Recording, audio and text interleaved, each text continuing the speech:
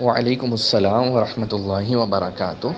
دیکھیں، نام کا شخصیت بالکل اثر ہوتا ہے، اور یہی وجہ ہے کہ شریعت مطہرہ ہمیں اچھے نام رکھنے کی تلقین کرتی ہے، ایسے لوگوں کے ناموں پر نام رکھنے کی تلقین کرتی ہے جو اللہ کے مقرب بندے ہیں۔ اور خود نبی کریم صلی اللہ تعالیٰ علیہ وسلم نے عبداللہ، عبد الرحمن نام پسند فرمائے، محمد احمد نام پسند فرمائے، تو اس لیے ہمیں چاہیے کہ نام اچھے لوگوں کے نام پر رکھیں۔ اور جہاں پتھروں کا تعلق ہے تو دیکھیں، پتھر جو ہے وہ خود سے کچھ بھی نہیں کر سکتا۔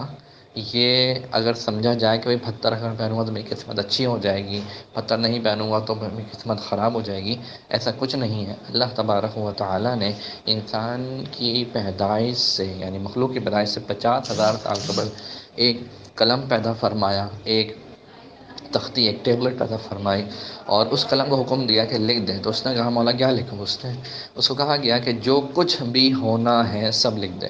تو اس نے تمام لوگوں کی تقدیر لکھ دی۔ تو اس لیے یہ کہنا کہ پتھر میری زندگی میں کوئی تبدیلی پیدا کر دے گا، ایسا نہیں ہے۔ ہاں، اسباب ضروری ہیں، لیکن حقیقتاً نظر جو انسان کو رکھنی چاہیے وہ مسبب الاسباب پر رکھنی چاہیے۔